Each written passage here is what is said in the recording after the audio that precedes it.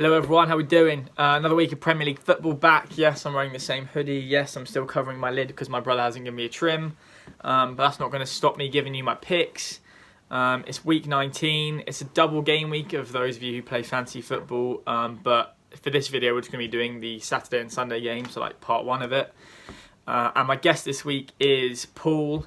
He is my main man. He's the owner and business man, I guess, behind the scenes at Blue Collar Media Group. It is a sports, pop, culture, everything you think about they can write about, talk about in podcasts. I've been lucky enough to be able to write for them on the sport front, be on a few podcasts talking about NFL, NBA, even some Premier League football, so that's been really fun for me. Here he is. How's it going? Well, what's going on today? Yeah, I'm Paul. You can catch me at Steel Curtain PEH. I'm the co-founder of Blue Collar Media Group, which we're happy to have Lath with us. You can catch us at bluecollarmg.com. You can catch all Will's stuff on there on the YouTube links. We're branching out to streaming. We're branching out to entertainment as well as sports. But Will asked me to be on here this week for my EPL picks. Fair warning, I'm an American, so we call it soccer, but I'm going to go with the football this week for you guys. I follow soccer at the international level. I usually don't follow at the club level, but since I met Lath, so I've been following it a little bit more, so he's giving me a chance to bring my picks to you guys. So here we go for this week. So yeah, we're going to get straight into our picks. We start Saturday at 12:30, Wolves against West Brom. Wolves' sort of struggles in front of goal continued again this week. They lost 2-1 at home against Everton. They'll be looking to turn it around. Obviously, it's a good opportunity for them against a struggling side at home at Molineux. Last time we saw West Brom in the league was about 2 weeks ago now, where they got pretty well put past by Arsenal and lost 4-0. I think it's a game probably where Sam Allardyce thinks he's got a sniff at getting something here. I'm really close between giving West Brom something, but I don't know, I feel like a Dendoncker goal or someone kind of behind the scenes, are less well known. Maybe a Cody header or something like that will give Wolves the win here. So I'm just going to go for Wolverhampton Wanderers 2, West Brom 1. First game we got Wolves and West Brom. West Brom's terrible.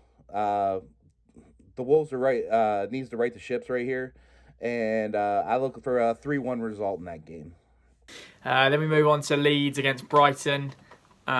This should be an interesting game. Two teams that are pretty free-flowing, got some good talent going forward. Obviously, we saw Mwape come off the bench, so I think he'll probably get the start this week. And a chance for Brighton to pick up some points. I thought they actually played quite well against City last week.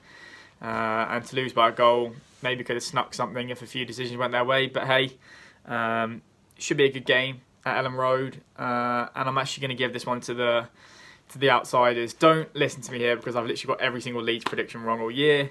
But I'm going to say Leeds 1, Brighton Hove Albion 2. Leeds and Brighton. So I've learned one thing from my buddy Will. It's fuck Leeds. But they should get this result at home. Give me Leeds 2-0. I like them to handle Brighton. Then we got West Ham Burnley.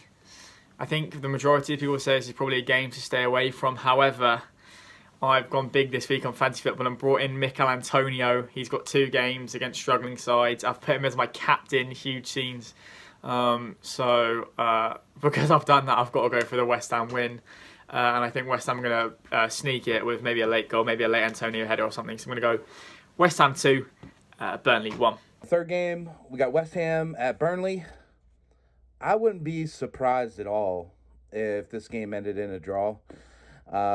Burnley's actually 2-2 in their last 4, but they just cannot score.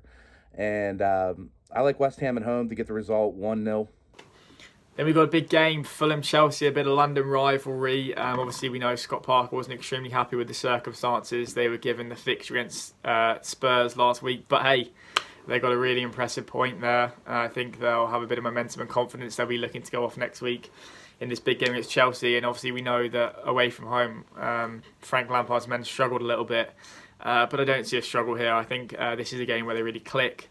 I think Werner's going to get on the score sheet, and if I had a few more free transfers to be using in fantasy football, Ziyech would be coming in for me. But yeah, I feel a comfortable Chelsea win here and a bit of away form, hopefully, to kickstart them in the second half of the season. So I'm going to say Fulham 0, Chelsea 3. Fulham versus Chelsea.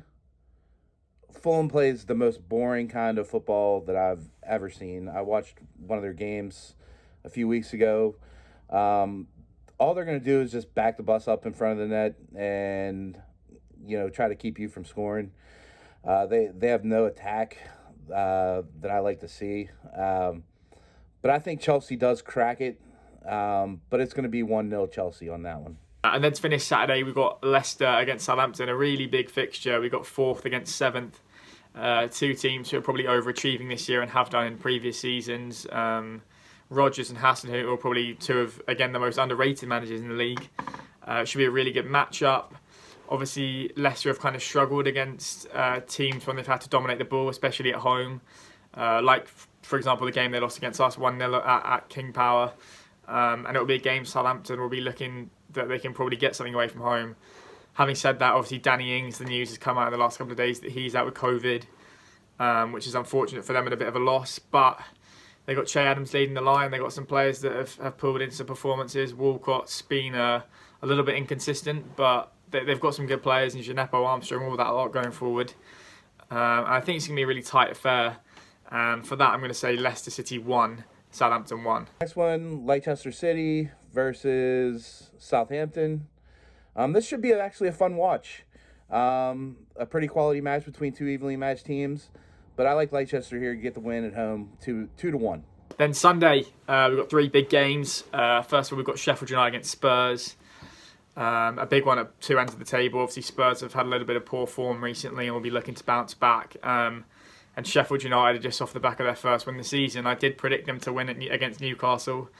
And I think everyone who's a football fan was glad to see that result go over the line for the Blades, because they needed something to kickstart their season and give them a little bit of a sniff to stay up. Obviously, it's going to be a big ask anyway, but if they are to do that, their home form is going to be critical in giving them a chance. And so, yeah, they got Spurs. They'll be looking to have some form. Again, still, the way Mourinho plays, not a lot of chances. They like to be clinical. They don't concede a lot. So it's going to be a tight affair. Do I think Sheffield United can get something here?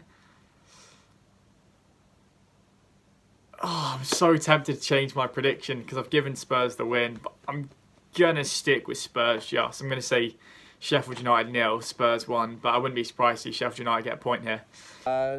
Sheffield United versus Tottenham. Way too much Spurs in this one. I think Spurs win 3-0. Then the biggest game, not just of the weekend, the biggest game in the Premier League season so far. We've got Liverpool in second place, hosting Manchester United, who currently hold top spot in the league. What a game this sets out to be. I mean, two teams which are flying high in the league. United, who still in my eyes haven't been consistent, haven't played their best football. I still think they could offer more, being more clinical in front of goal. Defensively, still not 100%. Still a lot of few questions that are being asked there. And yeah, Liverpool have kind of dropped off a little bit, haven't been this clinical. Obviously, they've had the injury issues, but I don't think you can complain about that when Klopp plays half his first team against against Villa under sixes. So yeah, huge game for Liverpool, especially at home. It'll be interesting to see their approaches. I guess you don't really want to go into a game not trying to lose, but I feel like that will be more United's vibe. They'll go to Anfield and say, we'll try and get a point here. Obviously, 3 points would be great, but don't lose the game. But I feel like Klopp can't be like that. I feel like he's got to not just get 3 points to close the gap, but also just to set a standard and a marker to the league saying, all right, this title race isn't going to be easy for United if you think you're going to cruise away with it. So a close one, a cagey one, I think, and I actually fancy it to be a draw because I just can't split them in a minute. So I'm going Liverpool 1, Manchester United 1. We got the match of the week, obviously. We got Liverpool and Man United. I will be watching this one. But Liverpool needs this result at home. If they lose this game at home to Man City or Man United, you're you're going to be chasing them all year, and it's just not. You're just never going to get even with them. And so I like Liverpool to take this one 2-0 at home.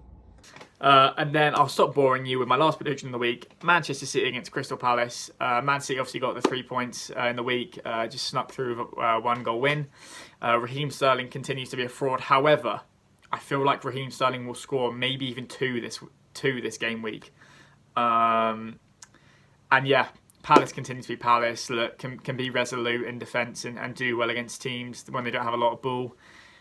Still don't offer a lot going forward. However, I feel like City's dominance going forward and that sort of kickstart they're having and momentum building they're having at the Etihad is going to show this week. And I feel like an early goal could really crack this Crystal Palace defence. And I think that's what will happen. So I'm going to go Man City 4, Crystal Palace 0.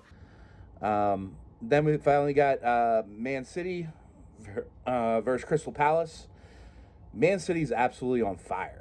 4 straight W's, and I'm going to go and take it for 5 in a row and give me Man City 2, Crystal Palace 1. So they're my picks for the week. I hope they're winners. Continue to support my boy, Lath, and if you're ever in America or I'm ever over there, beer's on me. Cheers. Those are the end of my predictions for the first part of the game week. Currently the score is 78-77, me versus the guest. Obviously we've got Paul on this week, which is really good, so thanks a lot, Paul, for giving me your picks. Part 2 will be out probably Monday before the Arsenal game. So yeah, all the best, people. Hopefully Villa's COVID infection rate can just disappear. We can get back playing and get back into those Europa League spots. But anyway, all the best. Yeah. Oh wait, are you about to leave the video? Subscribe. Thank you. See ya.